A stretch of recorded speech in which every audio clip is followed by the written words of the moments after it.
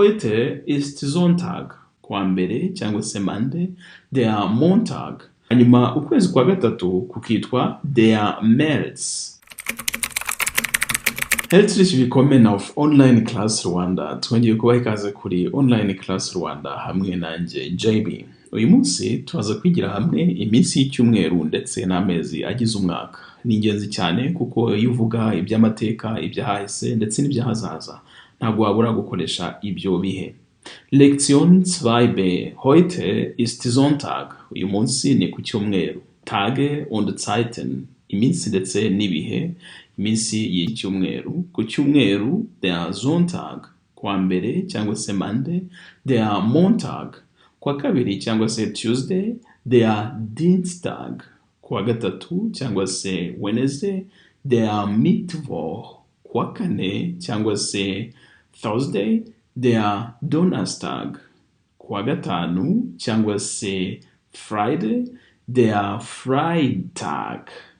Der Freitag. Kuwa gatandatu cyangwa se Saturday. Der Samstag. Ari naho hitwa ku isabato. Hanyuma icyumweru kikongera kigatangira kikisubiramo nuko ibihe bigaha ibindi. Hanyuma iyo birenze icyumweru turabizi ko bijya mu mezi. Amezi y'umwaka ni 12 nkuko bisanzwe. Der Januar, ukwezi kwa mbere.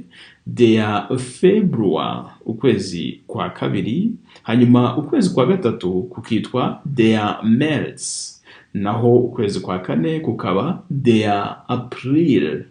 Naho ukwezi kwa gatanu kukaba der Mai. Nuko ukwezi kwa gatandatu kukitwa der Juni. Ukwezi kwa karindwi kukitwa der Juli. Ukwezi kwa munani kukitwa der August. Ukwezi kwa cyenda kukitwa der September. Ukwezi kwa cumi kukitwa der Oktober. Ukwezi kwa 11 kukitwa der November. Naho ukwezi kwa 12 kukitwa der Dezember. Reka dusubiremo aya mazina ariko dukoresheje ururimi rw'Ikidage. Der erste Monat des Jahres heißt Januar. Der zweite Monat des Jahres heißt Februar. Der dritte Monat des Jahres heißt März. Der vierte Monat des Jahres heißt April. Der fünfte Monat des Jahres heißt Mai. Der sechste Monat des Jahres heißt Juni. Der siebte Monat des Jahres heißt Juli. Der achte Monat des Jahres heißt August. Der neunte Monat des Jahres heißt September. Der 10. Monat des Jahres heißt Oktober. Der 11. Monat des Jahres heißt November. Der 12. Monat des Jahres heißt Dezember. Ngayo amazina y'amezi mu rurimi rw'Ikidage akaba ariyo mezi agize umwaka. Ubutaha rero tuzagaruka twigira hamwe iby'ibihe, ese hahise, ahazaza n'uyu munsi byo bigenda bite iyo dukonjiga, cyangwa se no kuvuga amasaha yuvuze isaha itambutse, amasaha ari imbere, ibyo wabivuga gute. N'iryo somo ry'ubutaha nakurarikira kutazacikanwa. Urugero wavuga uti ejo hashize byari kwa kangahe. Gestern war Samstag.